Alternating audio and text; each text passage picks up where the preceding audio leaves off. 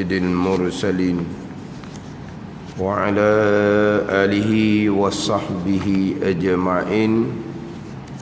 رب اشرح لي صدري ويسر لي أمري واحلل عقدة من لساني يفقه قولي. سبحانك لا علم لنا إلا ما علمتنا إنك أنت العليم الحكيم. ولا حول ولا قوة إلا بالله العلي العظيم. Kitab Faridatul Fati Faridah, Kitab Fati Faridah.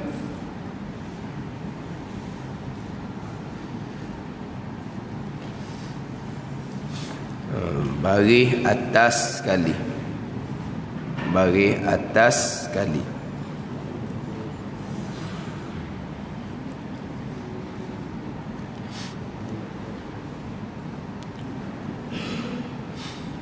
Qala al-muallif rahimahullahu ta'ala wa nafa'ana bi'ulumihi amin.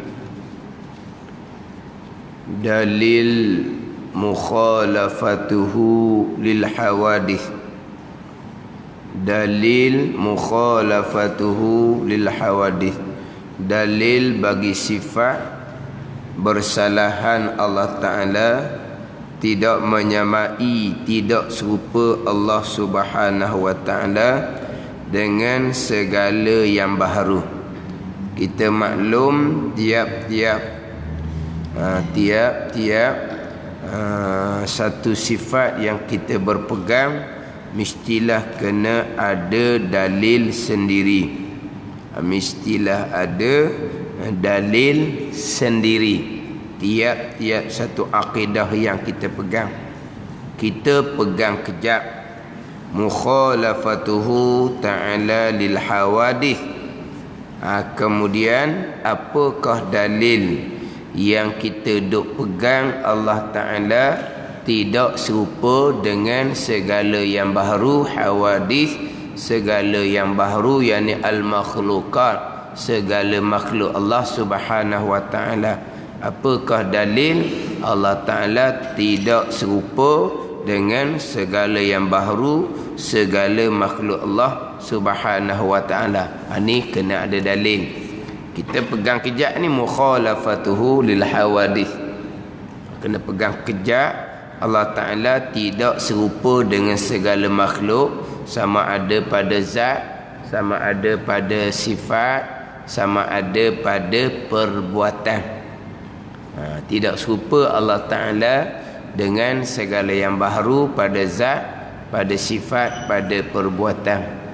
Yang mana kita nak kena pegang kejap ni, sebab apa? Sebab nanti kita akan berhadapan dengan ujian, dengan ujian, dengan fitnah, dengan ujian daripada Allah Subhanahu Wa Ta'ala.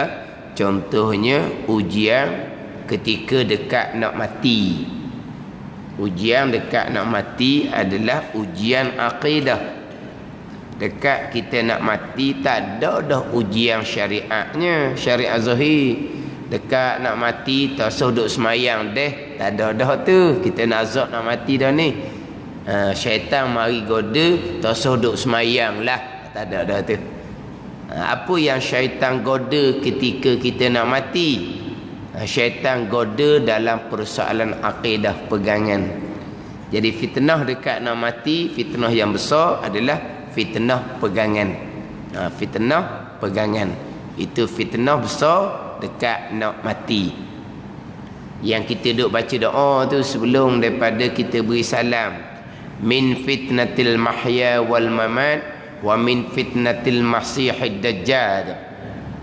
Kita baca doa kan ketika kita sebelum salam tu, Allahumma inni a'udzubika min azabil qabri wa fitnatihi wa min azabin nar wa min fitnatil mahya wal mamat wa min fitnatil masihid dajjal.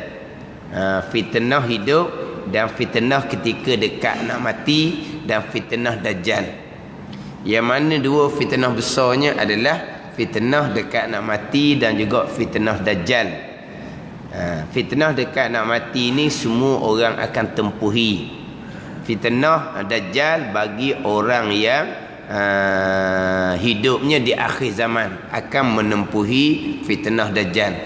Fitnah ujian dekat nak mati, fitnah dajjal sama sahaja, iaitu fitnah akidah, fitnah pegangan. Fitnah dekat nak mati, fitnah pegangan. Fitnah dajjal pun fitnah pegangan. Yang mana apabila kita nak mati, syaitan akan datang merupa, kemudian mengaku dia Tuhan. Dia mengaku dia Tuhan. Syaitan akan datang merupa, dia mengaku dia Tuhan. Dajjal di akhir zaman, dia mengaku dia Tuhan. Samalah kala ni, untuk memalingkan akidah kita, hanya Allah Ta'ala jua Tuhan. Jadi dekat nak mati, syaitan dia datang merupa Allah. Dia mengaku dialah Allah, dia mengaku dialah Tuhan. Kemudian dia adalah nak supaya akidah kita terpusing tu. Tapi macam mana syaitan boleh merupa? Merupa apa panggil tak? Boleh merupa sebagai Tuhan. Yang kita maklum, syaitan tidak boleh merupa akan rupa Nabi SAW. Kita maklum kan? Syaitan tidak boleh merupa akan rupa Nabi SAW. Kenapa syaitan boleh merupa dengan rupa Tuhan? Nabi SAW manusia. Maka tubuh badan Nabi manusialah. Dengan ada kepala, ada tubuh, ada tangan, ada hidung, mata, apa semua. Jadi kalau syaitan boleh merupa sebagai Nabi, macam mana kita nak tahu mana Nabi yang sebenar? Sebab gambar Nabi tak ada.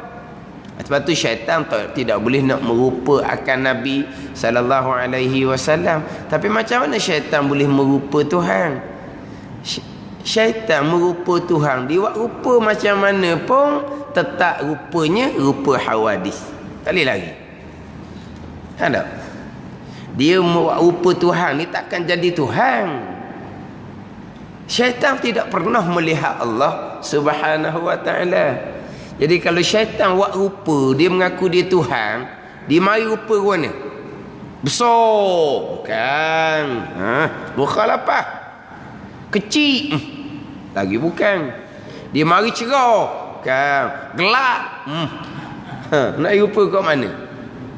Dia mari duduk di hadapan kita, berdekatan dengan kita, bertempat di hadapan kita. Bukan lalu dah. Ni mukhalafah kena kejap molek. Ni mukhalafah kena kejap molek. Dia mari rupa besar. Bukan. Itu makhluk berjisim semua tu. Besar, kecil, berjisim, berbentuk. Itu hawadis. Itu makhluk. Dia mari color mana pun. Itu color warna-warna tu arak, sifat baharu, sifat makhluk. Nak pergi kok mana? Dia buatlah kok mana sekalipun, tetap atas rupa hawadis. Segala yang baharu, rupa makhluk Allah Subhanahu wa ta'ala. Kejap. Mari rupa tu, bukan Tuhan. Gitu je lah.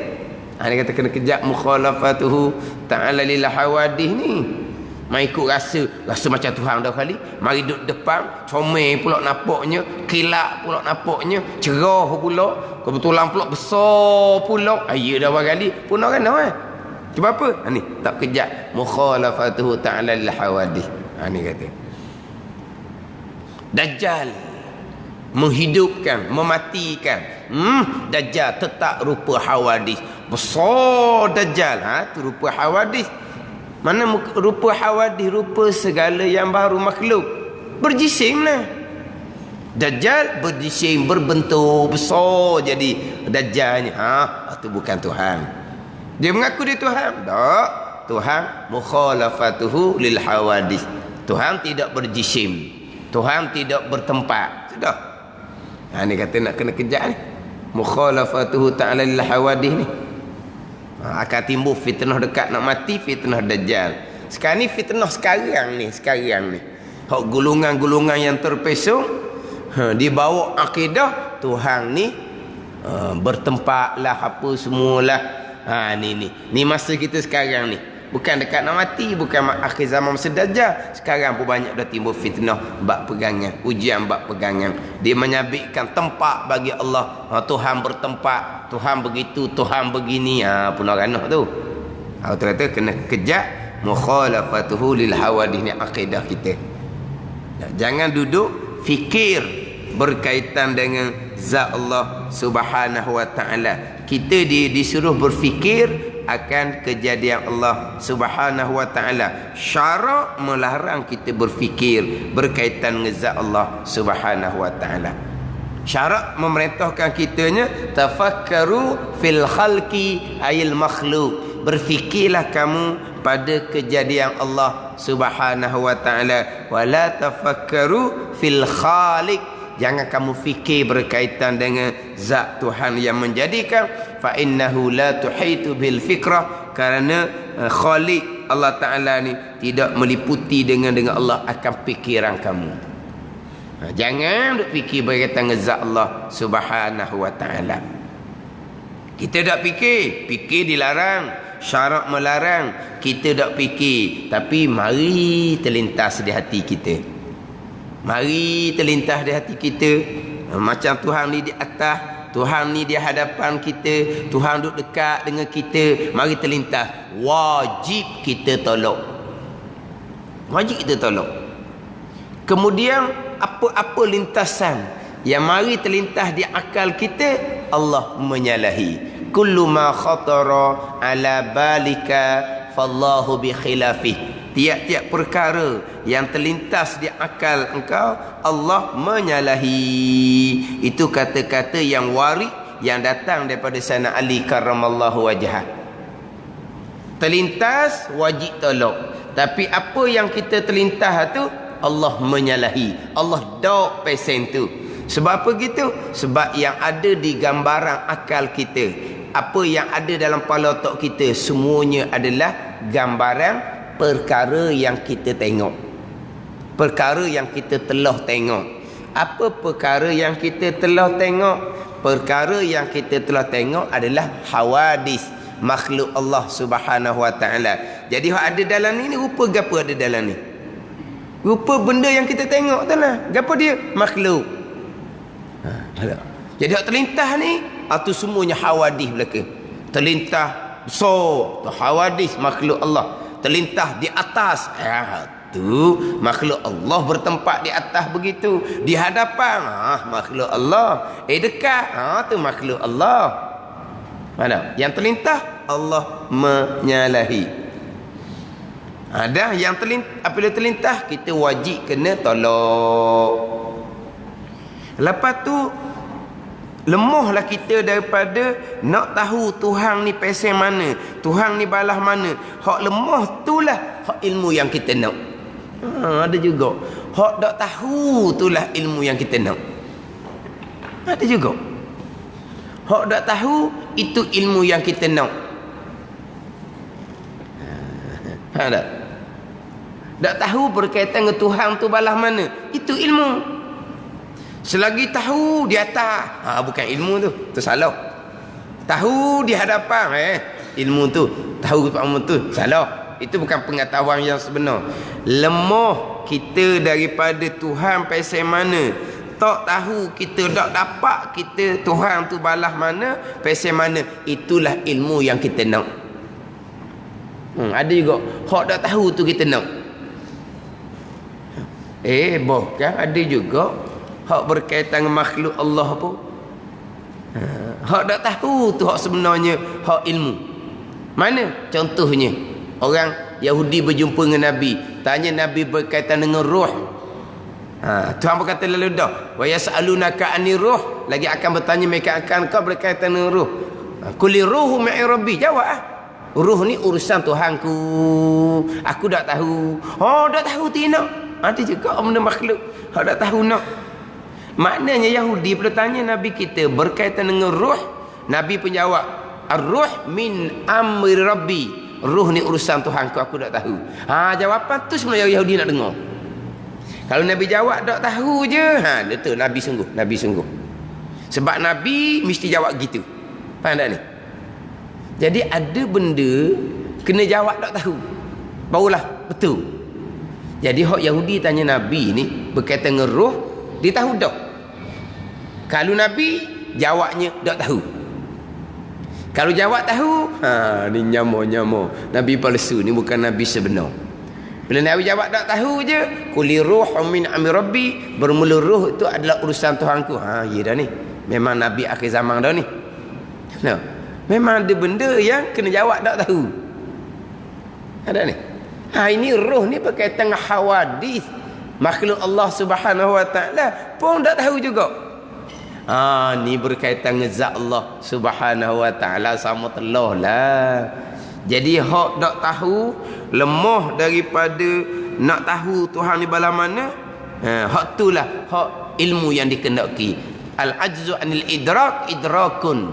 Lemah daripada nak tahu, nak dapat zat Tuhan di bala mana, itulah idrakun, pendapat ini pengetahuan yang dituntut oleh Allah Subhanahu wa taala. Nak kata selagi boleh gitu, Tuhan gitu ada. Gini ada. Lepas tu tak tahu, kata. Kita nak kata. Ada. Ada benda yang tak tahu, itulah sebenarnya hak ilmu. Ni hak berkaitan dengan zat Allah Subhanahu wa taala. Jadi kita pegang kejap, Allah Taala tidak serupa dengan segala yang baru. Kita pegang kejap dah, apakah dalilnya? Pegangan kejap dah. Kemudian nak kena ada dalil pula. Dalil mukhalafatuhu lil hawadith. Dalil bersalahan, yakni tidak serupa Allah Ta'ala dengan segala yang baharu. Mana dalil? Didatangkan dengan dalil akal. Kalau menyerupai Allah dengan yang baharu, dengan yang baharu, bukan dengan baharu, dengan yang baharu, tentu Allah baharu pula. Baharu pula, macam sebut acap kali dah rasa dah, pula dengan juga. Pula dengan juga. Jadi kalau pula ni beri faham, ni kali yang kedua ni, padahal ni bukan kali kedua.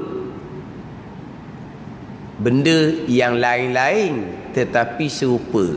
Dia gini, dia pula satu, juga satu. Pula ni beri faham sekali dah, kali yang kedua mari pula. Faham kat mana? Sekali dah mari, lepas tu mari pula kali kedua. Macam gitu. Mari pula. Kalau kata mari juga, kalau kata mari juga, mari juga ni berlaku benda yang sama. Orang tu mari, dia mari retek.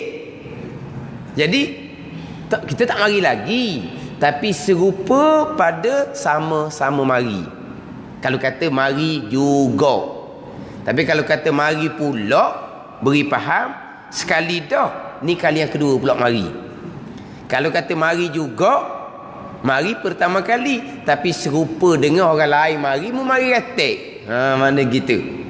Jadi sini, jadi kalau Allah serupa dengan yang baharu, Allah baru retek lah. Kalau baharu pula dua kali baharu Allah, dah. Kalau Allah serupa dengan yang baharu, maka Allah pun baharu retek. Allah baharu juga. Bukan pula. Mana pula dengan mana jugalah sini. Dia Arab ni aidan, pula aidan, juga aidan. Tapi kita kena tengoklah pula nak sebut dengan pula, nak sebut dengan juga. Sini ni pula yakni juga. Sama jadi perkara yang baru nah makhluk. Allah serupa dengan perkara yang baru. Allah baru retek nah, baru juga Allah ni dah serupa dengan yang baru. Gitu je lah. Sekarang ni semua ni yang makhluk Allah yang baru. Allah serupa dengan kita. Kita baharu, Allah serupa dengan kita, Allah baharu juga. Sama-sama baharu. Sebab apa? Sebab serupa dengan yang baharu, jadi Allah baharu juga. Sama-sama baharu, dah serupa dengan benda yang baharu. Yang serupa tu baharu lah. Benda yang baharunya berjisim berbentuk. Hak mana berjisim berbentuk baharu lah. Ada. Jadi kalau Allah serupa dengan yang baharu, tentu Allah baharu pula yang ni juga. Dan baharu Allah mustahil. Kerana Allah telah tetap sedia. Apa tetap sedia? Tetap dah Allah bersifat dengan kidam. Sedia di sini terjemahan kidam. Kerana Allah telah tetap. Kita pegang kejap di akidah dah. Allah bersifat dengan sedia, bersifat dengan kidam, dengan dalil yang telah lalu. Sifat yang kedua dulu. Dan sifat yang kedua kan kejap dah kita pegang. Allah ni bersifat dengan sedia, bersifat dengan kidam, tidak ada permulaan bagi ada Allah Subhanahu wa taala dengan dalil yang telah lalu kejap dah. Allah bersifat dengan sifat kidam. Allah sedia. Allah bukan baharu. Jadi kalau Allah bukan baharu, maka Allah tak akan serupalah dengan benda yang baharu.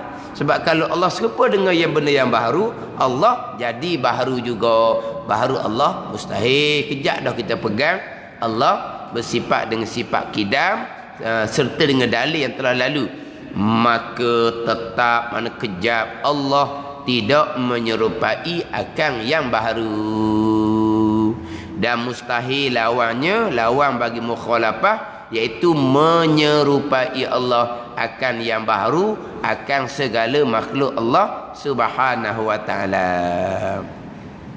Kejap kita pegang Allah mukhalafah, dalilnya kalau Allah serupa dengan yang baharu, Allah jadi baharu retek. Baharu Allah tu mustahil, Allah kidam, Allah sedia. Bila Allah sedia, pastilah Allah tidak serupa dengan segala yang baharu. Jadi mustahil Allah Ta'ala menyerupai akan perkara yang baharu. Ini dengan dalil akli, dalil akal. Dalil ayat Al-Qurannya, hak mudahnya, walam yakullahu kufuwan ahad. Tu mudah. Walam yakullahu kufuwan ahad. Dan tidak ada bagi Allah Ta'ala yang menyerupai satu perkara pun. Walam yakullahu kufuwan ahad. Dan tidak ada bagi Allah seumpama, serupa, setara dengan sesuatu pun. Ini dalil nakli, dalil yang dipindah, diambil daripada ayat Al-Quran. Ataupun kita pakai dalil dalam surah Asy-Syura atau ayat ke-11, laisa kamitslihi syai'un wa huwas samiul basir. Tidak ada seumpama Allah sesuatu pun. Terbit pun juga. Sesuatu pun. Sebab syai'un tu isim nakirah. Isim makrifah ada alif lam. Asy-syai'u tu isim makrifah. Syai'un tak ada alif lam, dipanggil isim nakirah. Kemudian duduk di halaman nafi, memberi faedah umum. Kenapa? Tiada satu perkara pun yang serupa dengan Allah Subhanahu wa taala, dan ia Allah yang amat mendengar lagi amat melihat. Tu dalil nakli, dalil ayat Quran. Allah Taala tidak serupa dengan segala yang baharu. Habis. Hak selesai hak sifat mukhalafatuhu ta'ala lil hawadis. Peringatan. Comel kita ni. Jom hari pula peringatan. Ada jagaan pula di sini ni. Ada peringatan, ada jagaan pula di sini. Peringatan. Apa panggil apa ni? Awas ke apa? Peringatan. Ni kena jaga-jaga molek ni. Apabila datang Quran, datang ayat-ayat Al-Quran, ataupun hadis Nabi sallallahu alaihi wasallam yang memberi waham. Waham ni salah sangka. Memberi waham, memberi salah sangka. Jadi kesamaran. Menyerupai Allah akan yang baharu apabila datang Quran, ayat Al-Quran atau hadis yang memberi waham, yang memberi salah sangka, menyerupai Allah akan yang baharu. Bila datang seumpama ni, jawabnya di bawah. Daripada apabila turun baris yang kelima daripada atas sikit tu, maka mazhab salaf berkata kami tidak faham kehendak pihak tu. Tu jawab dia. Maka dia betul jawab dia. Apabila maka. Jadi jawab dia di bawah tu. Maka mazhab salafnya macam mana, mazhab khalafnya macam mana. Itu jawapan dia. Jawab kepada apabila datang ayat Al-Quran, bila datang hadis Nabi sallallahu alaihi wasallam, dia panggil ayat-ayat yang mutasyabihah, hadis-hadis yang mutasyabih, yang memberi waham serupa Allah Taala dengan segala yang baharu. Kalau mari ayat, mari hadis seumpama ni, macam mana? Jawabnya, maka mazhab salaf begam, mazhab khalaf begam. Ni apabila datang ayat ataupun hadis yang memberi waham, memberi kesamaran, menyerupai Allah dengan segala yang baharu. Mana dia mari misal lalu dah ni? Mana misal ayat Al-Quran yang memberi waham, memberi salah sangka, menyerupai Allah dengan yang baharu? Contohnya seperti Ar-Rahmanu 'alal 'arsy istawa. Datang ayat seumpama ni, jawab dia di bawah. Maka mazhab salafnya macam mana, mazhab khalafnya macam mana. Didatangkan satu ayat, Ar-Rahmanu 'alal 'arsy istawa. Ayat yang lain, summastawa 'alal 'arsy. Hak kita duk dengar semua tiap-tiap pagi Jumaat tu imam baca surah Sajadah tu. Allahul ladzi khalaqas samawati wal arda wa ma bainahuma fi sittati ayyamin thumma istawa 'alal 'arsy.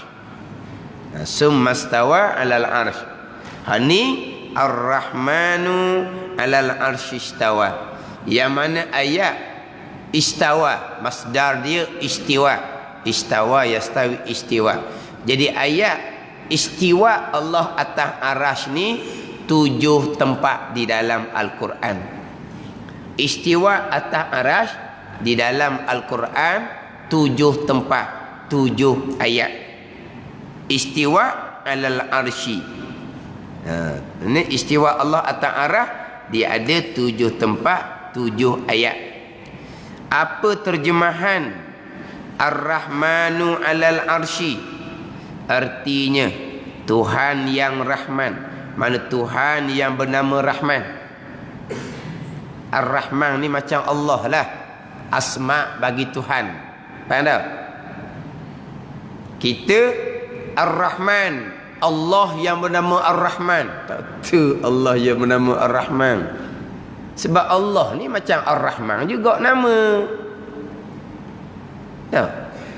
Jadi Allah nama bagi Tuhan, Ar-Rahman nama bagi Tuhan, Ar-Rahim nama bagi Tuhan. Tuhan adalah zat yang wajib ada, yang terkaya daripada segala-gala, yang segala-gala berkehendak ke dia.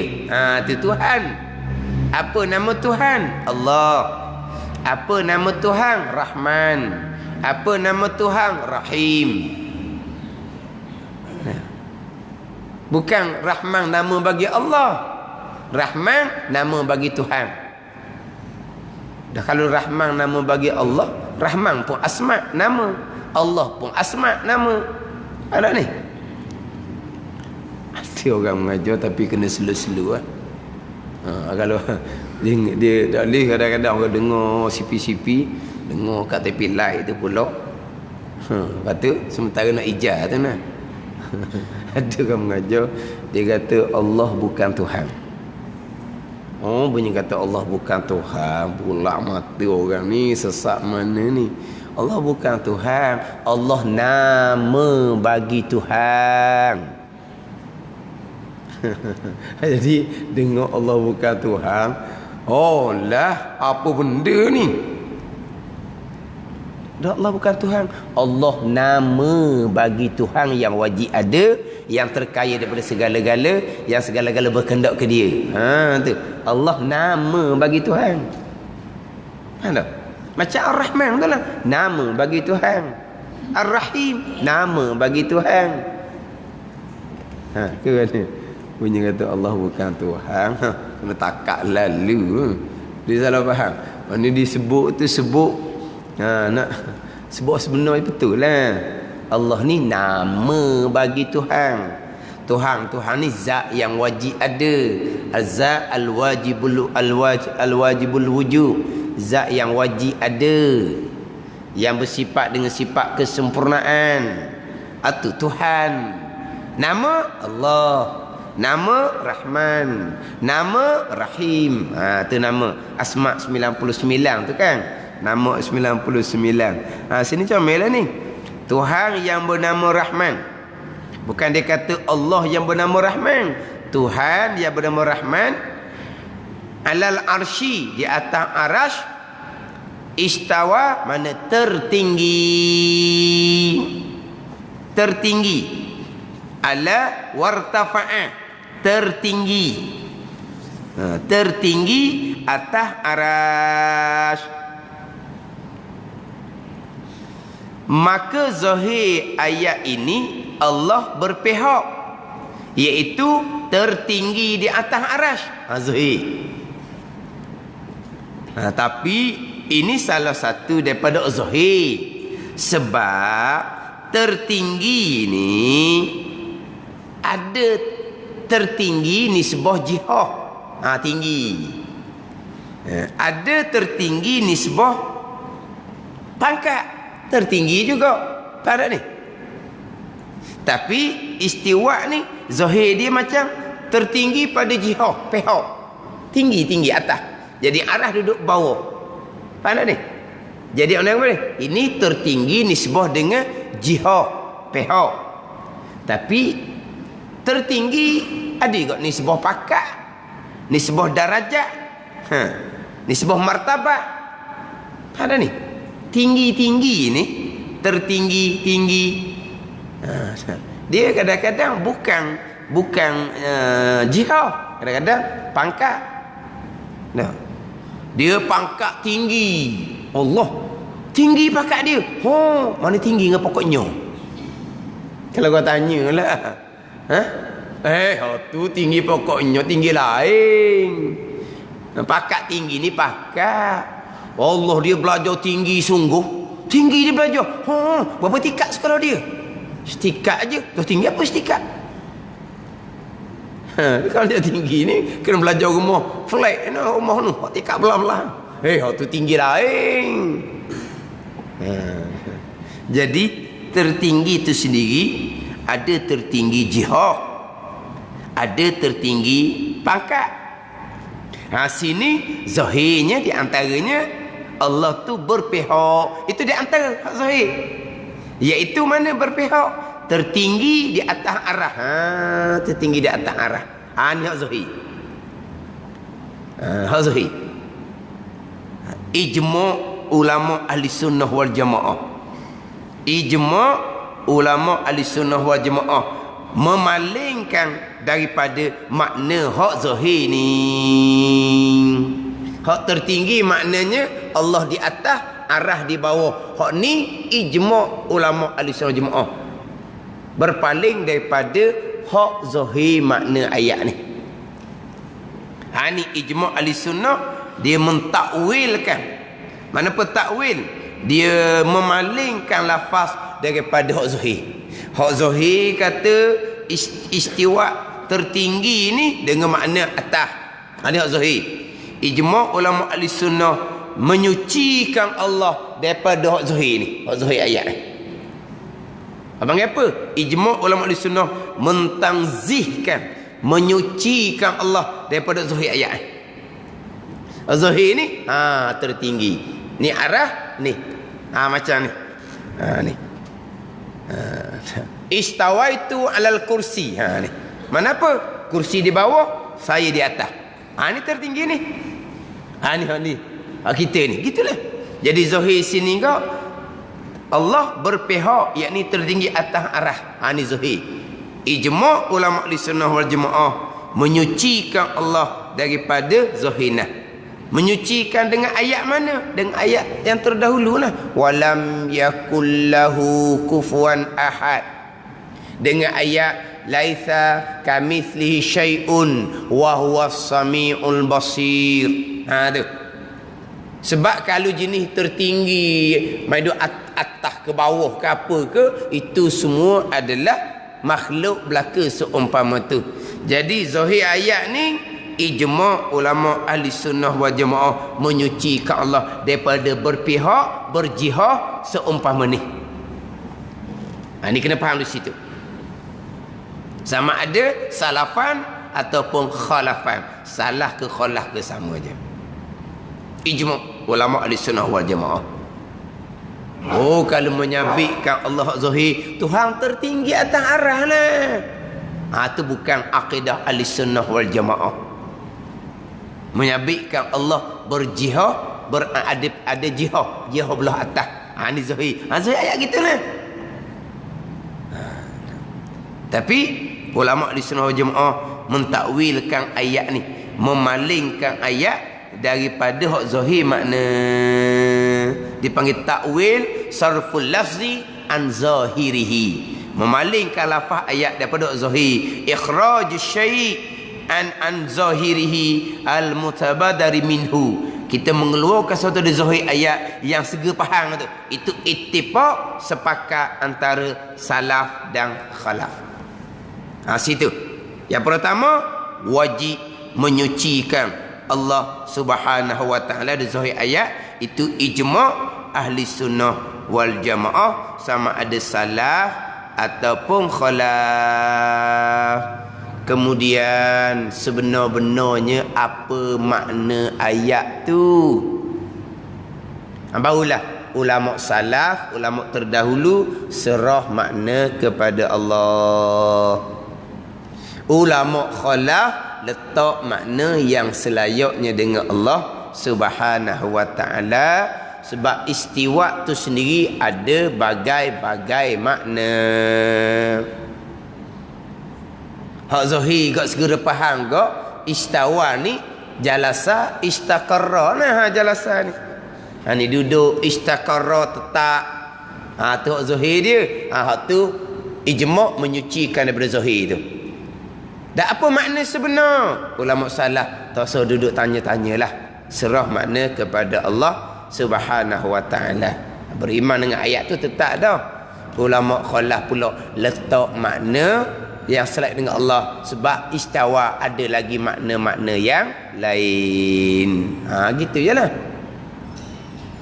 Ada pun Ar-Rahmanu 'alal 'arsy istawa tu kan. Tuhan yang bernama Rahman tertinggi atas arah. Di atas arah lah duduk. Dia pakai zahir. Itu bukan ahli sunnah wal jamaah. Lepas tu duduknya macam mana duduk? Serah kepada Allah. Dia duduk pasang Allah lah. Bukan duduk pasang kita. Dia ambil zahir ayat dulu. Dia berpegang. Barulah diserah duduk tu macam mana. Itu bukan ahli sunnah wal jamaah. Ini akidah yang wajib bertaubah dengan Allah Subhanahu wa taala. Sekarang banyak orang bawa jalanan ni. Orang yang bawa jalanan ni sekarang ni sudah dapat peluang yang lebih luas. Kalau terdahulu golongan-golongan seumpama ni terkadang setengah-setengah tempat, setengah-setengah negeri tidak dibenarkan. Orang ni mun tak boleh pergi negeri ni. Contohnya sekarang bukan semua negeri boleh pergi, bahkan dalam TV-TV pun boleh masuk dah. Sekarang ni dia jadi terbuka belaka dah. Jadi terbuka belaka dah sekarang ni. Kafir pun terbuka dah belang dia.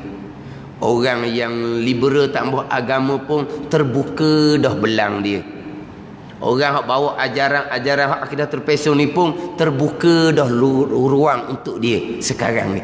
Oh, lagi besar ujian sekarang. Kemah molek kita bab agama ni.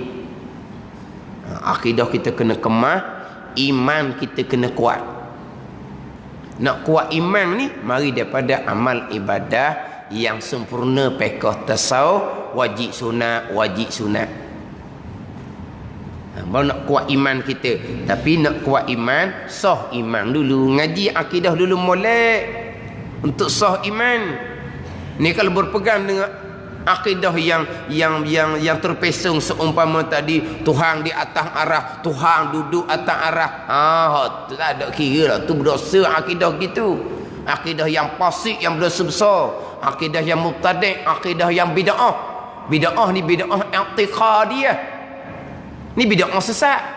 Orang yang i'tiqad bid'ah gini ni, i'tiqad bid'ah, i'tiqad yang direka-reka, yang tidak ada pada masa Nabi sallallahu alaihi wasallam. Hak ini bid'ah i'tiqadiyah ni lah hak sesat nerakanya. Hak puak ni lah dia yang duduk membid'ahkan kita baca doa lepas sembahyang, bertahlil, bertalqin, baca kunut.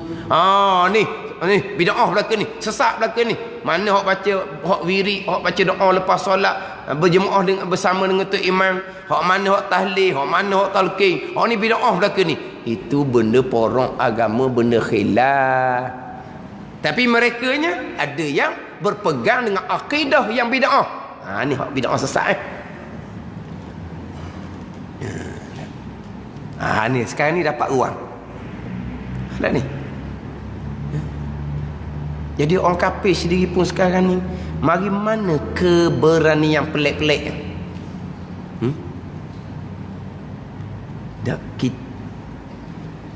Mereka duduk di negara umat Islam. Mereka lahir di bumi tempat umat Islam. Daripada budak lagi mereka duduk dalam negara umat Islam. Sebelum ni tak timbul pun hak dalam perut mereka dengan agama Islam kita ni. Kafir macam-macam lah perut dia. Tapi dia tak tubik, dia tak keluar. Tapi kenapa sekarang ni jadi timbul keberanian? Bagaimana? Kan pelik dia. Dia mesti ada punca dia. Mesti ada punca. Sebab benda ni tak akan berlaku tanpa ada punca. Sebab kenapa sebelum ni tak pernah berlaku? Kalau penghinaan pada agama kita berlaku di negara kafir, dah tepat dia. Pelik apa orang kafir? Ni berlaku di negara kita, umat Islam. Mereka pula lahir di negara kita, di negara umat Islam. Mereka bukan datang bila mereka besar. Mereka lahir di sini. Siapa berani menghina Nabi SAW? Bukan budak-budak umur 20-an. Hak tengah tak cerdik, tak matang, ni orang tua. Mari mana ni keberanian ni? Kita rasa kerana kita orang Islam. Nabi SAW dihina. Sayyidatuna Aisyah radhiyallahu anha dihina. Macam mana perasaan kita? Itu satu contoh. Banyak lagi penghinaan pada agama. Berlaku silih berganti. Sebelum ni banyak mana dah. Lepas ni timbul pula hal lain. Mari mana keberanian tu? Keberanian orang kafir tu menghina agama Islam kita. Mari mana keberanian? Orang kafir memang tak bunyi nak ambil tindakan ke nak apa ke. Orang Islam ni mari macam mana? Ditimbul keberanian kerana orang Islam sendiri yang menyerang, yang memfitnah alim ulama, yang menyerang, yang memfitnah mereka-mereka yang nak bawa agama Allah Subhanahu wa taala. Ni punca orang Islam sendiri yang menyerang alim ulama, yang menyerang golongan-golongan yang nak bawa agama Allah Subhanahu wa taala. Di sinilah timbulnya keberanian orang kafir untuk menghina hak Rasul yang bawa agama. Hak duduk hina ulama warasatul anbiya, orang Islam. Orang kafir ni dia nak ambil atas paksa Nabi SAW. Hati dia berani tu. Siapa yang memberanikan mereka? Orang Islam sendiri. Faham tak? Orang Islam sendiri. Sekarang ni alim ulama kita, orang kafir kata macam mana pun tak pelik dah. Naik pada hina Nabi SAW. Dulu orang kafir kalau kepada orang Islam yang berkait dengan alim ulama, dia tak pernah nak sentuh orang kafir. Sekarang tak ada apalah, sebab sudah didorong oleh orang Islam sendiri. Orang Islam sendiri yang dorong. Akhirnya hak gerang ni dia pun naik kepada hak Nabi SAW. Mana? Lihat sekarang.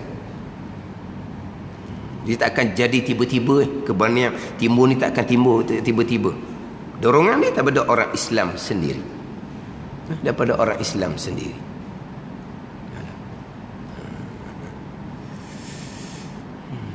Jadi pelik. Orang kafir, orang-orang agama dia, kita orang agama Islam tak pernah sentuh pun agama mereka. Tak pernah sentuh. Tempat agama mereka pun tak pernah kacau. Walaupun kes tempat agama mereka menyebabkan orang Islam kita mati, pun kita tak sentuh bab agama mereka, bab orang agama mereka. Walaupun sampai timbul kematian kerana kekecohan tempat agama mereka, kita tak sentuh. Tiba-tiba orang agama kita, alim ulama kita, orang kafir berani sentuh. Sebab apa? Sebab orang Islam sendiri yang duduk fitnah, duduk hina alim ulama kita. Maka kafir pun berani ya? Orang Islam yang tunjuk contoh. Dia pun hina alim ulama. Alim ulama ni hanya pewaris Nabi. Maka hak gerang sangatnya ditambah hina alim ulama ni. Nak hina Nabi SAW. Itu timbul. Itu timbul. Tahu tak? Ini sekarang. Kita kena teguh lah. Teguh. Kekuatan agama kita kena teguh molek. Kena ngaji molek. Lepas tu beramal molek. Kita ni kau lama kau akhir zaman. Kau lama kau akhir zaman. Dia kau lama kau banyak ujian. Kau lama kau banyak ujian. Sekarang ni sudah terbuka belaka dah. Kau bawakan hak akidah yang tak betul pun banyak dah. Sudah dapat tempat dah sekarang. Tapi kalau kita pun tak kejap, mari pula orang-orang yang pandai berbicara, dapat tempat pula, dia pandai pula duk cerita gini. Kalau kita tak kejap ni macam mana? Quran yang kata Allah duduk atas arah, kita pegang macam tu Quran kata lah. Quran kata Allah duduk atas arah, kita pun pegang macam Quran kata Tuhan duduk atas arah. Kalau kamu tak pegang Tuhan duduk atas arah, kamu tidak berpegang dengan ayat Al-Quran. Dan Quran kata duduk atas arah, kita pegang duduk lah, tak ada lebih-lebihnya. Kita hanya pegang hak Quran royak. Takkan hak Quran royak tu salah. Quran duk royak. Ni siapa dia kata, ada orang kata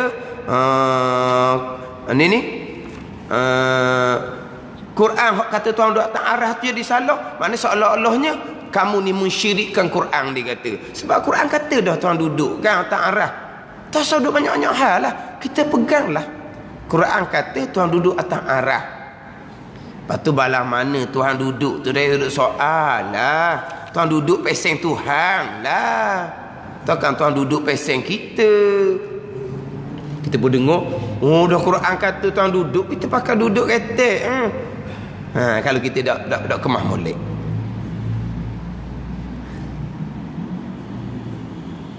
Quran mana kata Tuhan duduk atas arah? Kalau nak cakap peseng budak-budak lah, ada Quran kata Tuhan duduk atas arah? Ada lah Quran kata duduk atas arah. Ada juga dia bahasa Melayu dalam Quran dah. Duduk. Yelah tu kan kata duduk. Kata istiwa tu nah. Istiwa. Lepas tu yang mengibu duduk tu, ulama mana bubuh duduk? Mana kalau kita nak main, Quran kata Tuhan duduk atas arah, kita bawa tanya, Quran kata Tuhan duduk? Ada Quran kata duduk? Ada Quran bahasa Melayu? Ada tu terjemahan. Dan Quran kata mana? Alal arsy istawa, istiwa atas arah. Istiwa apa tu makna duduk? Ada ulama di sunnah terjemah makna duduk gitu? Tak ada. Ada. Makna apa? Dia tu terjemah duduk, dia tu hak terpesong akidah. Tapi memanglah istiwa ada makna duduk dari segi lurah bahasa Arab. Tapi istiwa lagi banyak lagi makna yang lain. Tapi kalau istiwa terjemah dengan duduk, tertinggi atas arah berpihak gini, hak zahir itu, hak tu bersalahan dengan ayat-ayat muhkamah yang lain. Ayat-ayat yang terang maksud yang lain mana? Walam yakul lahu kufuwan ahad. Laisa kamisyai'un hadu. Maka al-Islam wal Jamaah ijma' ulama tak pakai hak zahir ayat. Dengan makna duduk tak pakai. Menetap atas arah tak pakai. Itu ijma' al-Sunnah wal Jamaah. Hak duduk ni akidah yang terpesong. Tapi dikata Quran tu. Dah lah dikata Quran. Lepas tu dia fitnah pula. Sesiapa yang tidak berpegang Allah duduk atas arah, maka tidak beriman dengan ayat Al-Quran. Siap. Tidak beriman dengan ayat Quran, kafir. Kita tak kata kafir, kita kata tak beriman dengan Quran. Dan kalau tak beriman dengan Quran kan beriman dengan kitab kan rukun iman kan. Tak beriman dengan Quran ni, satu huruf je tak beriman, kafir dah. Kalau huruf yang ijma' ulama lah. Qaf, tak ada qaf satu huruf je, kafir lalu dah. Huruf yang ijma' ulama lah. Ada juga huruf khilaf ulama. Mana? Maliki yaumiddin. Dengan Maliki yaumiddin tak ada alif lepas mim tu. Tu hak khilaf ulama. Kan kita baca dengan Maliki yaumiddin, mim alif. Ada qiraah baca Maliki yaumiddin, ada alif lepas mim. Alif tu khilaf, tak apalah tu tak beriman pun. Tapi kalau huruf yang ijma' ulama, satu huruf je tidak beriman, kafir lah. Ini bukan satu huruf ni, 7 ayat dalam Al-Quran istiwa atas arash. Dia kata mereka tidak beriman dengan ayat Al-Quran. Apa orang lah. Ni fitnah besar. Lepas tu mereka yang berpegang dengan akidah yang terpesong ni, mereka mengatakan akidah mereka sama dengan akidah salaf. Tu lagi besar pula fitnah. Itu fitnah besar juga tu. Dia menyabitkan akidah sesat mereka dengan akidah salafus soleh. Akidah salafus soleh akan cerita di hadapan macam mana. Tapi ijma' al-Sunnah Jamaah tidak pakai zahir ayat istiwa atas arah dengan mana Allah tertinggi duduk atas arah. Tak sama sekali. Jadi golongan ni apabila dia mengatakan tidak beriman dengan ayat Al-Quran, dia mengatakan puak-puak ni puak khurafat, puak syirik, sebab itulah berlakunya pembunuhan orang Islam di Asia Barat. Faham tak? Kenapa berlaku pembunuhan di Syria? Kenapa yang dibunuh tu alim ulama, tok imam yang dibunuh? Siapa yang membunuh orang Islam? Kenapa? Kerana mereka tidak beriman. Ni. Inilah asalnya puak-puak ni. Akhirnya bunuh orang Islam. Dah tidak beriman, bunuhlah. Tapi kenapa kamu tidak bunuh orang Yahudi? Orang Yahudi di Israel itu kenapa kamu lagi bunuh? Orang Yahudi tak boleh menyesatkan orang. Sebab dia Yahudi dah. Orang Islam tak akan pakai buah Yahudi. Ni orang Islam sendiri ni. Tiba-tiba tidak beriman dengan ayat Al-Quran. Dia kata tamu begitu. Sebab tidak berpegang macam mereka, Tuhan duduk atas arah. Tak beriman dengan Quran, kafir. Lepas tu dia bunuh. Yahudi tak payah bunuh sebab dia orang kafir dah. Dia tidak boleh menyesatkan orang Islam. Sebab Yahudi, dia cerita gapo kita tolak. Tapi kalau orang Islam, ini berlaku pembunuhan. Pokok seumpama ni lah. Tapi dia cuma sikit. Ini semua firqah-firqah, kumpulan-kumpulan seumpama ni, semuanya di belakangnya adalah Yahudi untuk memecah belahkan umat Islam. Nak memecah belahkan umat Islam. Dia nak pecah dalam bab akidah, dia nak pecah dalam bab forum agama. Nak pecah dalam bab forum agama, benda forum aja. berdiri, berdoa lepas solat, ya, baca kunut, benda farang agama. Tapi dijadikan isu, menjadi berpecah masyarakat. Bila berpecah masyarakat, siapa yang untung? Orang kafir yang untung. Orang Islam berpecah, benda kecil. Yang untungnya orang kafir. Ini semua jarum-jarum Yahudi belaka ni, untuk memecah belahkan umat Islam.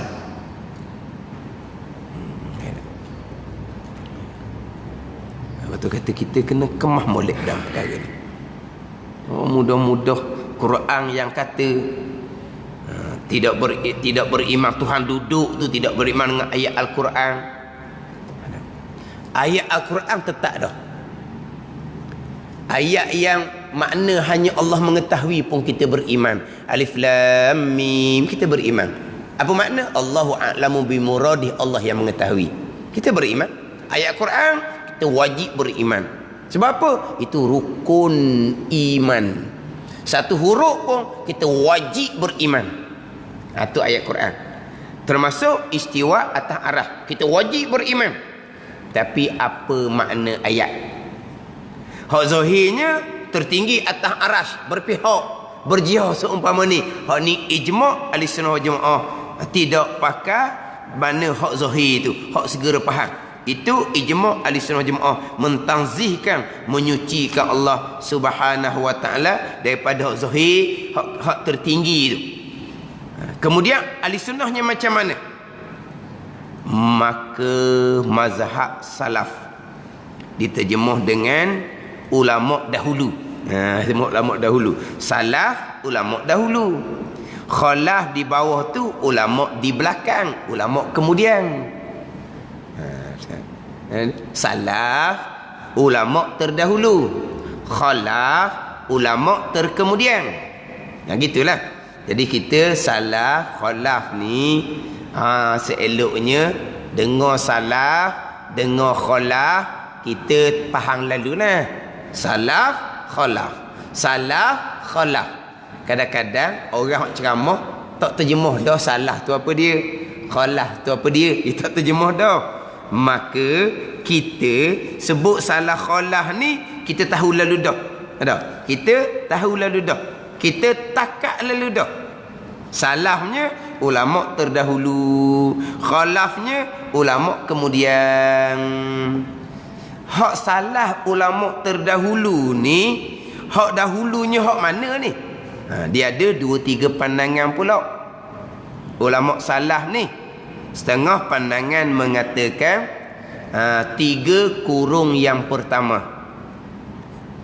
3 kurun yang pertama. 100 300 tahun hijrah. 3 kurun yang pertama. Faham tak kurung dah? Kita sekarang duduk kurung yang keberapa? Kita sekarang duduk kurung yang keberapa? Kurung yang keberapa?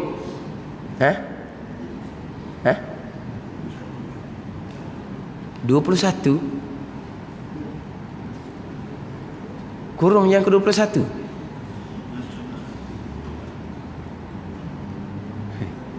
Kita dok tanya hak orang putih ni, kita tanya hak Hijri. Yang kita timbul kurung yang ke-21 tak benda pula.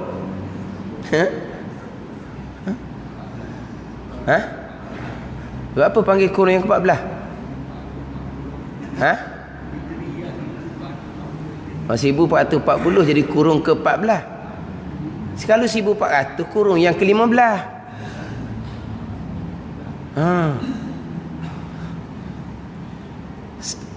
1 sampai ke 100 kurung yang pertama.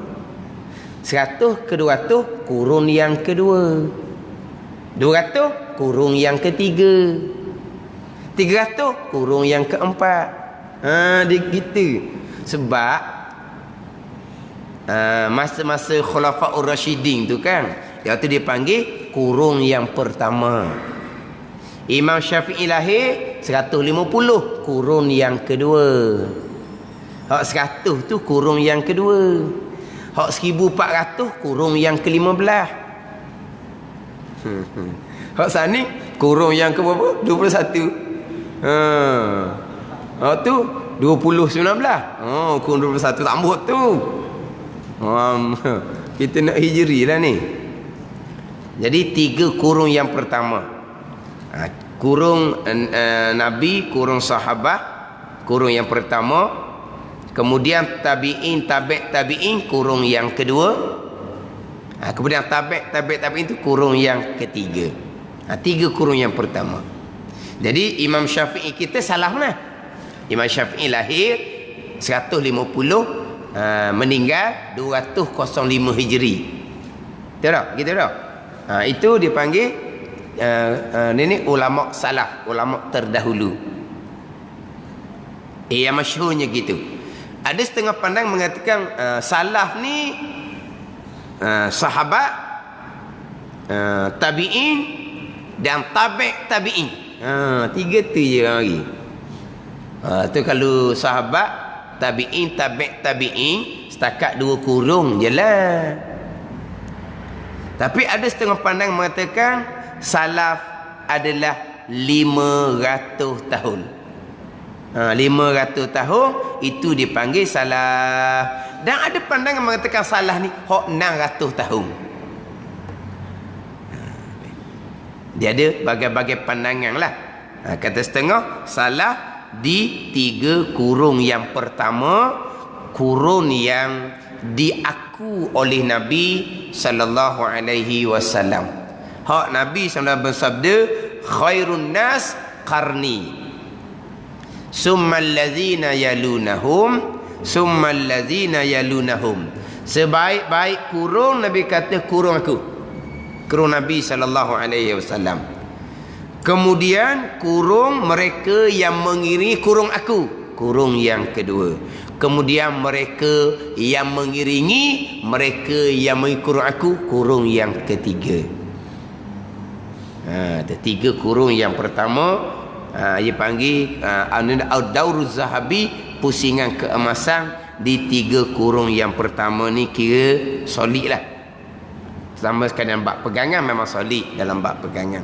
Walaupun timbul dah pada masa kurun yang kedua apa semua timbul dah juga bab-bab pegangan-pegangan ni, tapi tidak meluah lagi. Mana tidak meluah lagi timbul bab pegangan-pegangan yang terpesong ni. Jadi salaf kita letaklah di 3 kurung yang pertama. Sekarang mengatakan di 5 kurung yang pertama. Kemudian khalaf ni pula selepas itu lepas daripada 3 kurung yang pertama contohnya, itu khalaf, ulama yang kemudian. Maka mazhab salaf, ulama dahulu berkata apa kata mereka salaf ni? Kami tidak faham kehendak pihak tertinggi ini. Tapi tertinggi seperti tertinggi kita atas sesuatu begini, itu ijma' salah khalah sekalipun dia menyucikan. Tertinggi macam kita ni, kita tertinggi atas sesuatu. Tertinggi atas kerusi, tertinggi atas latar. Itu tertinggi kita, itu ijma' ahli sunnah menyucikan seumpama tu. Bukan maksud tertinggi terserah kepada Allah jua, ditafwid diserah kepada Allah Subhanahu wa taala. Inilah jalanan salaf.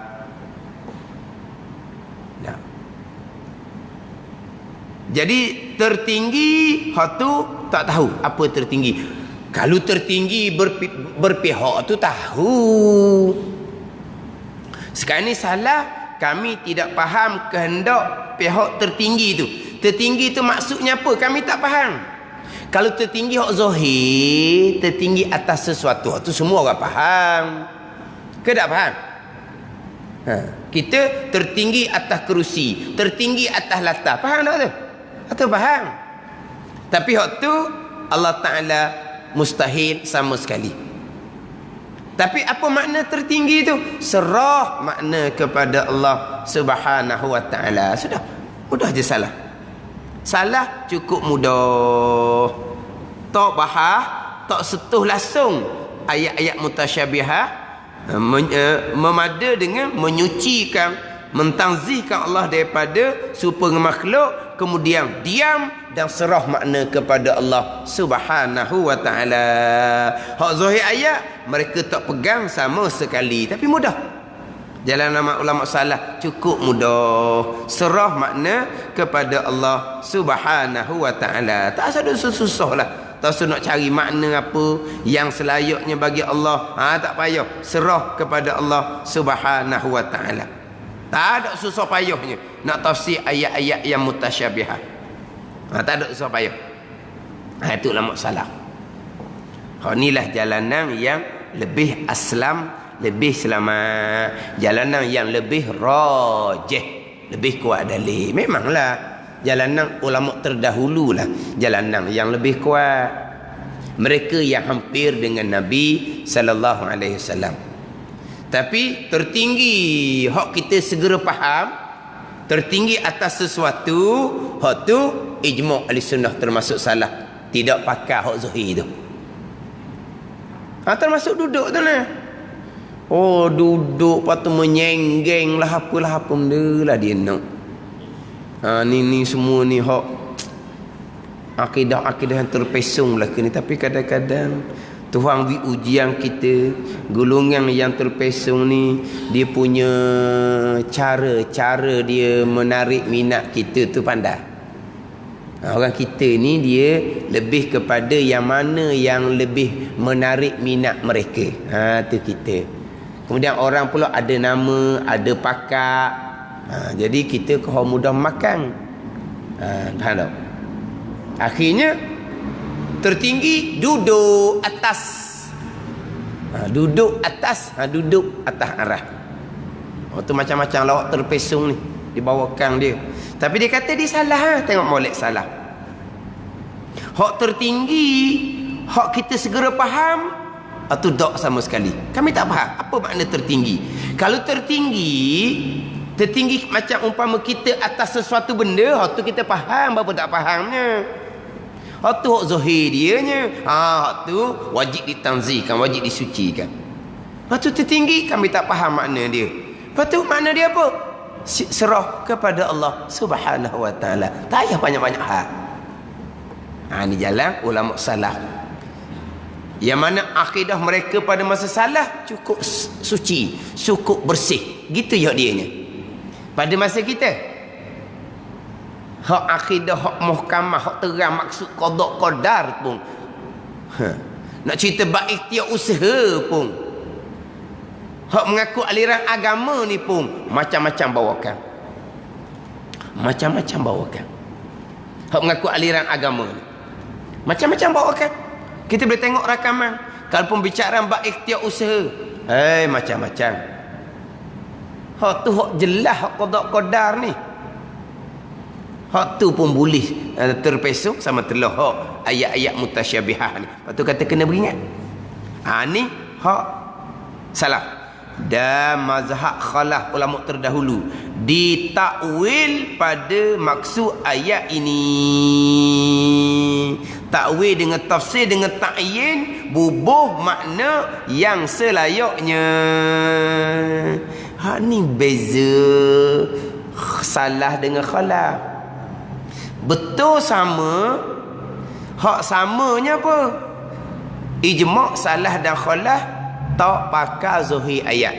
Hak zahir ni macam tertinggi, macam tertinggi kita atas sesuatu benda. Ni ijma', sucikan Allah daripada zahir ayat. Kemudian nak takyinkan murad daripada nas ni, nak letak kehendak sebenar, apa kehendak sebenar ayat ni. Sekarang hak zahir tertinggi atas sesuatu seumpama ni, ni tak sama sekali, wajib ditanzihkan. Lepas tu apa kehendak ayat tu sebenarnya? Di sini khilaf. Salaf serahkan makna kepada Allah Subhanahu wa taala. Khalaf dibubuh makna yang selayaknya. Apa makna selayaknya? Iaitu Allah memerintah dan memiliki arasy. Istiwa dengan makna Allah memerintah dan memiliki arasy. Sebab istiwa ada makna memerintah, ada makna memiliki, ada makna menguasai. Maka letak makna yang selayaknya. Tapi istiwa awak segera faham, tertinggi atas sesuatu. Tak segera faham. Itu ijma' ahli sunnah berpaling daripada zahir tu. Lepas tu zahir awak segera faham tu berpaling. Sebab apa? Sebab kita wajib menyucikan Allah daripada serupa dengan makhluk. Apa makna istiwa? Salah, serah kepada Allah. Khala, letak makna yang selayaknya. Tu je beza. Kemudian dengan masa kita ni, jalanan yang lebih sesuai adalah jalanan ulama khala, sebab dia lebih nyata. Istiwa alal arsy, Allah menguasai arash, Allah memiliki arash, Allah memerintah arash. Senang jadi. Istiwa alal arsy, apa makna? Serah kepada Allah. Orang sekarang ni serah-serah gitu tu, dia banyak-banyaklah nak pakai otak dia pula. Tengok nyata. Sekarang dia nak letak makna. Istiwa nak letak mana? Tapi tak pakai hak jalanan khalas letak makna selayaknya. Dia pakai makna zahir. Istiwa atas arah, istiwa tertinggi, duduk ni makna tertinggi atas, macam kita atas sesuatu. Tengok. Sebab itulah lebih sesuai pada masa kita adalah jalanan khalaf. Memang hak lebih selamat, lebih rajihnya jalanan salaf. Kita sendiri kalau kita teguh dak akidah, kita berpegang dengan jalanan salaf. Tapi untuk umum kita cerita jalanan khalaf. Tapi kita Pati Faridah ni wak kedua-dua. Dan sekarang kita tengok hak khalaf je. Sebab apa? Sesuai untuk kita. Sesuai untuk kita adalah jalanan ulama khalaf. Mana? Kita minggu lepas tak baca kita ada tu saliking sebab ngajar sejam je minggu lepas. Minggu ni pun tak ada nak baca juga ni. Kita pergi habis hak ni Kita pergi habis hak istiwa alal arsy. Kita pergi habis istiwa alal arsy. Memang telah mana-mana pun saya tekan hak berkaitan dengan istiwa alal arsy. Sebab jalanan yang terpesong ni, dia punya tarian dia, dia punya tarian dia tu, kalau kita tak kemah makan kita. Istiwa alal arsy, duduk atas arah. Tu terpesong. Sebab apa tuan duduk atas arah? Sebab hadis Muslim, hadis sahih Muslim, yang zilu rabbuna kulla lailatin ila sama'id dunya hina yabqa sulusul lailil akhir tu, hingga akhir hadis. Hadis Muslim, yang zilu rabbuna, turun oleh Tuhan kami, kulla lailatin, tiap-tiap malam, ila sama'id dunya, hingga langit dunia. Mana langit dunia? Langit yang pertama. Hina yabqa sulusul lailil akhir, ketika baki 1/3 akhir malam. Kemudian Allah Ta'ala berfirman, sesiapa yang berdoa akan daku, nescaya aku akan perkenan baginya. Sesiapa yang minta akan daku, nescaya aku beri akannya. Sesiapa yang mohon keampunan akan daku, nescaya aku akan ampuni dia, ampuni akannya. Jadi Tuhan turun ke langit yang pertama. Mestilah Tuhan duduk di arah nun, barulah boleh turun. Faham tak? Ni tarian hok terpesong ni. Kalau Tuhan tidak duduk di atas arah, di atas langit yang ketujuh, macam mana Tuhan nak turun ke langit yang pertama di akhir malam? Jadi Tuhan duduk di arah, Tuhan pun turun ke langit yang pertama. Dia tunjuk tangan tu. Saya pernah tengok satu rakaman, ni turun ditunjuk. Mula-mula Tuhan duduk atas arah. Duduk ni makna apa? Diam. Bukan. Kemudian Tuhan turun, makna apa tu? Gerak. Diam gerak ni, berubah seumpama ni adalah sifat baharu. Diam ke gerak ke, itu sifat baharu. Duduk atas arah, diam situ tu, sifat baharu tu. Kemudian turun begitu pula. Digerak sifat baharu. Ni maknanya banyaknya terpesong akidah golongan ni. Ditunjuk ni gerak kan. Ni turun. Dia dari segi lughah bahasa Arab, turun gerak daripada atas ke bawah. Dari segi lughah. Naik gerak daripada bawah ke atas. Itu dari segi lughah. Tu hak zahir dia. Hak zahir hadis. Turun ni kalau segi lughah bahasa bergerak daripada atas ke bawah. Hak zahir hadis ni ijma' salah khalah menyucikan Allah daripada gerak yang seumpama tu. Sebab itu sifat hawadis, sifat benda yang baru. Ijma'. Kemudian apa makna Tuhan turun? Nuzul apa makna? Salah serah makna kepada Allah.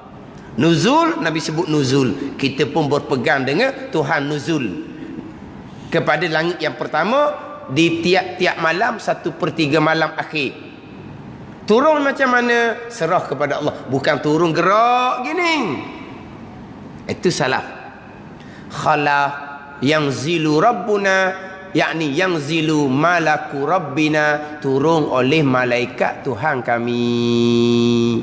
Dia takdir mudah gitu. Itu jalanan ulama khalaf. Tapi golongan terpesong ni, Tuhan duduk atas arah diam, kemudian Tuhan turun bergerak kepada langit yang pertama. Jadi Tuhan bersifat dengan sifat yang baharu. Duduk atas arah sifat yang baharu. Duduk diam pula, diam sifat yang baharu. Lepas tu 1/3 malam akhir, gerak pula daripada arah turun ke langit yang pertama. Ni gerak. Turun. Warna tu. Kemudian pula kalau kita tebang tekan mereka ni, tanya balik bila 1/3 malam. Bila 1/3 malam? 1/3 malam berlaku sepanjang masa. 1/3 malam berlaku sepanjang masa. Faham tak? 1/3 malam berlaku sepanjang masa. Faham tak ni? Subuh sepanjang masa, Zuhur sepanjang masa, Asar sepanjang masa. Sekarang ni kita pukul 10 sekarang ni. Ada tak tempat 1/3 malam? Ada tak tempat sedang subuh sekarang? Ada tempat yang sudah Zuhur sekarang? Ada. Tempat yang Asar sekarang pun ada. Tempat yang Maghrib sekarang pun ada. Tempat yang Isyak sekarang pun ada. Tempat tengah kerah-kerah tidur pun ada. Tapi negara mana tu, carilah, tak tahulah. Tempat mana? Pak sekarang ni kerah-kerah tengah tidur. Ni kita pukul 10 pagi ni. Tempat mana yang tengah kerah-kerah? Tak masuk lagi 1/3 malam. Pukul 12 malam, pukul 1 malam. Mana? Kalau sekarang? England? Ya ke dah? Ya. Pukul 12 pukul 1 malam tengah tidur. Ada.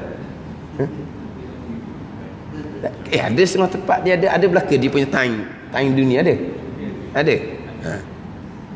Maknanya 1/3 malam berlaku sepanjang masa. Kalaulah Tuhan turun macam makhluk gerak ni, tak naik. Apa tak? Kalau dia pakai Zuhir turun gini. Ahli-sunnah jemaah turun hak Zuhir seumpama tu tidak dikehendaki. Sebab apa? Itu sifat makhluk. Ijma' salah dan khalah. Bukan turun makna gitu. Ulama salah, istiwa atas arah, serah kepada Allah. Turun ke langit pertama, serah kepada Allah. Pegangannya walam yakul lahu kufuwan ahad. Itu ya. Terlintas di hati macam atas aja, Allah menyalahi. Terlintas di hati macam Tuhan turun gerak ke, Allah menyalahi. Sudah. Fikir jangan terlintas Allah menyalahi. Terlintas Tuhan macam duduk diam je, Tuhan duduk gerak turun je. Hak terlintas wajib tertolak dan Allah menyalahi. Habis cerita. Tapi sedap pula. Memang Allah duduk atas arah sebab Allah nak turun berangkat yang pertama.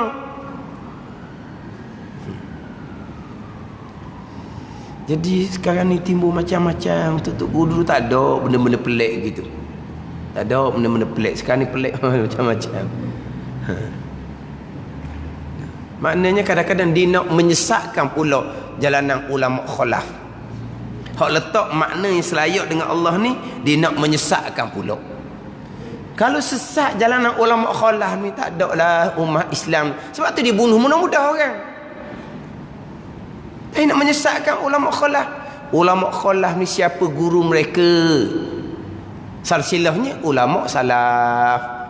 Ulama khalaf ni siapa yang berpegang dengan akidah ulama khalaf ni? Tak sedut sebutlah. Ni kadang-kadang dibaca kitab Imam Nawawi. Imam Nawawi akidah khalaf. Dibaca kitab Imam Nawawi, Riyadhus Shalihin. Dibaca kitab Syekh Ibn Hajar Asqalani, Sultanul Muhaddisin. Ibn Hajar Asqalani itu sultan kepada muhaddisin. Dia baca kitab Ibn Hajar Asqalani. Dia kata Ibn Hajar Asqalani ni akidah khalaf, tapi dia kata akidah khalaf salah. Lepas tu kita masyhur kisah Muhammad Al-Fatih. Kita masuk kisah Muhammad Al-Fatih. Muhammad Al-Fatih ni tahun yang keberapa ni? Sebab Muhammad Al-Fatih ni Nabi bersabda 900 tahun barulah berlakunya pembukaan kota Konstantinopel tu. 900 tahun selepas Nabi bersabda. Muhammad Al-Fatih itu pekohnya Hanafi, akidahnya Maturidi. Siapa tu? Akidah salaf. Salahuddin Al-Ayyubi, pekohnya Syafi'i, akidahnya Asy'ari, khalaf. Hak Nabi kata sebaik-baik panglima tentera adalah yang buka kota Konstantinopel. Siapa? Muhammad Al-Fatih, akidahnya khalaf. Tiba pok ni kata sesat pula khalaf ni. Lepas tu Muhammad Al-Fatih tu tak berlaku lagi hak Nabi kata tu. Tak berlaku lagi. Hak Nabi kata pembukaan kota Konstantinopel sebaik-baik panglima, tak berlaku lagi. Kenapa tak berlaku lagi? Sebab ditambah ni akidah khalaf ni. Jangan jadi seumpama Yahudi sudahlah. Yahudi dia percaya ada Nabi akhir zaman, tapi bukan Nabi Muhammad sallallahu alaihi wasallam. Kenapa? Kerana dia tak terima sebab dia bukan bangsa Israel, bangsa Yahudi. Tengok. Apa tak terima Nabi sallallahu alaihi wasallam? Walah bukti Nabi akhir zaman mereka pun boleh tengok. Kenapa mereka tak terima? Puak-puak ahli kitab ni jumpa dengan Nabi, tengok Nabi pun, memang ya sungguh dah ni Nabi akhir zaman sungguh dah ni. Dia tanya soalan dengan Nabi pula, memang jawab soalan lagi ni Nabi akhir zaman dah ni. Tapi kenapa tak mau beriman? Sebab bukan orang Inok, orang Arab, bukan orang Yahudi. Dia tambah tambah macam ni. Muhammad Al-Fatih tu tak berlaku lagi. Sebab apa? Sebab akidah dia khalaf. Ni faham tak?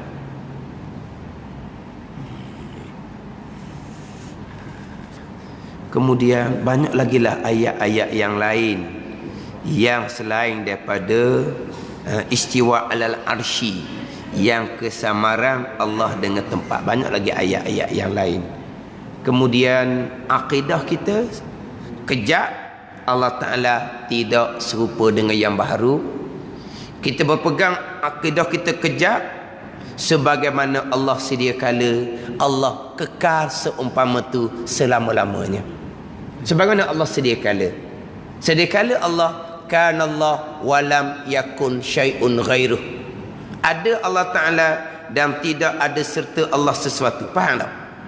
Sebelum Allah jadikan apa-apa, tidak ada sesuatu serta Allah. Sebab yang qadim hanya Allah. Sesuatu semuanya timbul kemudian dijadikan oleh Allah Subhanahu wa ta'ala. Faham tak? Sebelum Allah jadikan arasy, sebelum Allah jadikan langit dan bumi, Allah belum jadikan apa-apa. Yang qadim hanyalah Allah. Allah di atas. Tidak. Sebab nak timbul di atas kena ada benda yang di bawah.